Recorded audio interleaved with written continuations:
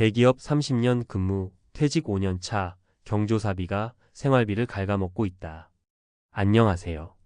대기업에서 30년 가까이 열심히 일하다가 5년 전쯤 퇴직한 60대 중반 김모 씨라고 가정해 볼게요.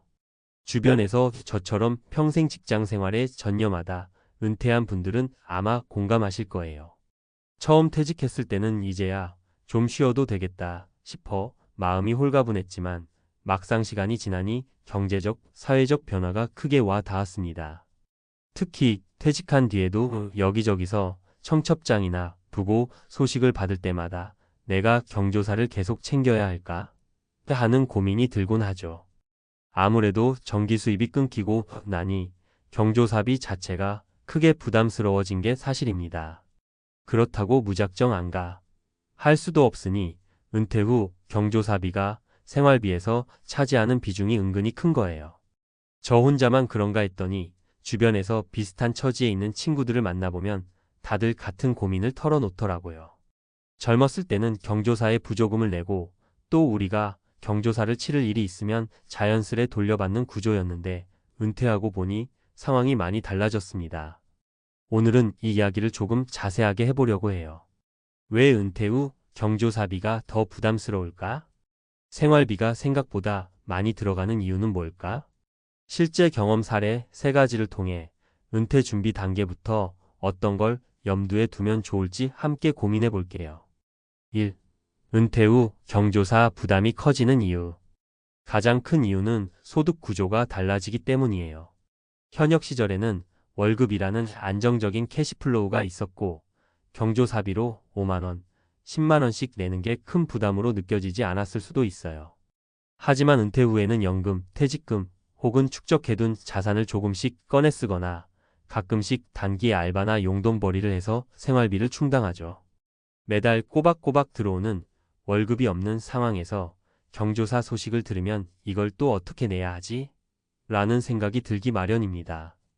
두 번째로 은퇴 후에는 인맥 관리가 예전 같지 않아요. 직장에 다닐 때는 마주칠 사람도 많고 회식이나 행사도 잦아서 이왕 만나는 김에 경조사 얘기도 하는 흐름이 자연스러웠죠. 그런데 회사를 떠나면 직장 동료와의 연락이 점점 뜸해지고 사회적 관계가 확 줄어듭니다. 그러다 보니 나는 내 경조사 챙겨줄 사람이 없는데 내가 다른 사람 경조사를 왜 이렇게 챙겨야 하지? 라는 생각이 슬쩍 드는 거죠. 세 번째로는 경조사비가 자주 쌓이면 은근히 큰 금액이 된다는 점입니다. 예를 들어 한 달에 한두 번 정도 인맥들의 경조사가 있다면 1년이면 최소 몇십만 원에서 100만 원 이상이 훌쩍 나가요. 그 비용은 다른 필수 지출과 부딪힐 때마다 스트레스를 줍니다. 2. 퇴직 후 생활비 얼마나 들어갈까? 의외로 많은 분들이 퇴직 후에는 집에만 있으니 돈이 별로 안 들겠지? 라고 생각하세요. 근데 막상 은퇴 생활을 시작해보면 기본 생활비 자체가 그렇게 확 줄지는 않습니다. 오히려 시간이 많아서 이런저런 비용이 들어갈 수도 있고 물가가 계속 오르는 것도 한몫합니다. 일단 기본적으로 필요한 식비, 공과금, 교통비, 통신비 등 고정 지출이 있죠. 여기에 병원비, 약값, 한 달에 한두 번이라도 만나는 지인들과의 식사 비용이나 취미활동 비용이 추가됩니다. 그리고 오늘 이야기의 초점인 경조사비까지 더해지면 생각보다 지출이 크더라고요. 물론 사람마다 사는 방식이나 은퇴 준비 상황에 따라 다르겠지만 일반적으로 월 15만 200만 원 사이로 잡으면 간신히 굴러가는데 편하진 않은 수준이라고 봐요. 지역과 집 상태, 부부 혹은 독신 여부에 따라 차이가 크긴 하지만 실제로 은퇴 후 조사 결과 등을 보면 은퇴자 가구가 월 200만 원 전후로 생활비를 많이 설정하더라고요. 그중 1020만 원만 경조사비에 들어가도 한 달 예산에서 꽤나 큰 비중이 되어버리죠. 3. 실제 사례 3가지. 자, 그럼 은퇴 후 경조사 문제로 골머리를 앓는 분들의 현실적인 사례를 들어보겠습니다. 제가 주변에서 들은 이야기와 제 경험을 조금 섞어서 각색했어요. 1. 퇴직 후 모임 가기가 부담스러워졌어요. 김 과장 퇴직 2년 차. 김 과장은 대기업에서 30년을 근무하고 정년보다 약간 일찍 명예퇴직을 했습니다. 처음엔 이제 자유다. 하고 친구들을 만나 술도 마시고 동창 모임, 동호회 모임도 열심히 나갔어요. 그런데 몇 달 지나니 아내의 반응이 싸늘해지더랍니다. 모임 나갔다 하면 식사비 내고 술값 내고 누가 조만간 결혼식이나 가족 행사가 있다고 하면 얼른 봉투부터 챙겨줘야 하잖아요. 현역 때는 회사 돈 아니면 자기 월급에서 나가도 부담이 덜했지만 은퇴 후에는 상황이 다릅니다. 매달 들어오는 소득이 없으니 지출이 바로 통장 잔액 감소로 연결돼요. 게다가 김 과장은 본인 모임 말고도 아내 쪽 지인 경조사까지 챙기다 보니 1년에 몇십만 원씩 훌쩍 나가더랍니다. 결국 몇 달 전부터는 모임 참석을 자제하게 되었고 자연스럽게 인맥도 끊기는 악순환을 겪고 있다고 해요. 이 경조사비 너무 야박하게 내면 안 될까? 박 부장 퇴직 5년 차. 박 부장은 정년퇴직 후에 연금을 받고 있지만 생활비가 빠듯해서 늘 허리띠를 졸라매야 합니다. 그런데 친한 후배나 예전에 같이 일하던 동기가 결혼식을 한다고 하면 전에는 10만 원씩 쾌척하던 내가 이제 5만 원을 내자니 너무 미안하고 그렇다고 안 갈 수도 없고 하면서 갈등을 겪어요. 특히 부고 소식은 더욱 예민하게 느껴집니다. 기쁨을 축하하는 결혼식보다 장례식은 내가 예전에도 많이 도움받았는데 너무 적게 내면 예의가 아닌가. 같은 죄책감이 더 크게 드는 거죠. 박 부장은 은퇴 후 몇 해 동안은 이전 수준대로 봉투를 냈는데 그러다 보니 연말에 가계부를 보니 상하반기 합쳐서 100만 원이 넘는 거예요. 이제는 어쩔 수 없이 봉투 금액도 줄이고 참석 횟수도 줄이는 쪽으로 방향을 잡았다고 합니다. 삼내 경조사는 챙겨줄 사람이 줄었는데 이 차장 퇴직 4년 차. 이 차장은 가족 경조사 때마다 옛날에는 직장 동료들이 직접 참석해주고 봉투도 든든하게 채워주던 걸 떠올리며 아쉬움을 느낍니다. 자기도 은퇴 전에야 후배나 부서 사람들에게 술 한잔 사주고 이래저래 사회생활을 하면서 경조사 챙겨왔죠. 근데 퇴직하고는 전처럼 자주 만나지도 못하고 연락도 드물어지다 보니 내가 어려울 때 도움받을 수 있는 사람이 크게 줄었다고 해요. 문제는 그렇다고 해서 앞으로 있을 다른 사람 경조사를 전부 무시하기도 어려운 노릇이라는 겁니다. 인간관계라는 게 솔직히 이렇게 챙겨주면 나중에 돌려받을 수 있다라는 생각도 깔려 있는데 은퇴 후엔 그 공식이 잘 안 맞아요. 특히 나이가 들수록 장례식 같은 건 그냥 인간적으로 도와주고 싶은 마음이 크지만 현실적으로 돈이 부족하면 그것도 쉽지 않죠. 4. 어떻게 대처하면 좋을까? 사실 은퇴 후 경조사 문제는 사람 관계와 돈 문제가 얽혀 있으니 누구나 신경이 쓰일 수밖에 없습니다. 그렇다면 조금 더 현명하게 대처하는 방법은 없을까요? 나만의 기준 세우기. 예를 들어 정말 가까운 사이 가족, 절친, 친한 후배와 약간 거리가 있는 사이를 구분해서 봉투 금액을 달리하는 겁니다. 그리고 1년에 경조사비로 쓸 수 있는 예산은 최대 얼마라는 기준을 정해두고 그 안에서 유연하게 배분하시면 좋습니다. 선물이나 도움으로 대체하기. 꼭 돈으로만 마음을 전해야 하는 건 아니에요. 결혼식이라면 작은 선물을 준비하거나 장례식이라면 문상 시 필요한 음식물이나 물품 등을 챙겨서 가도 됩니다.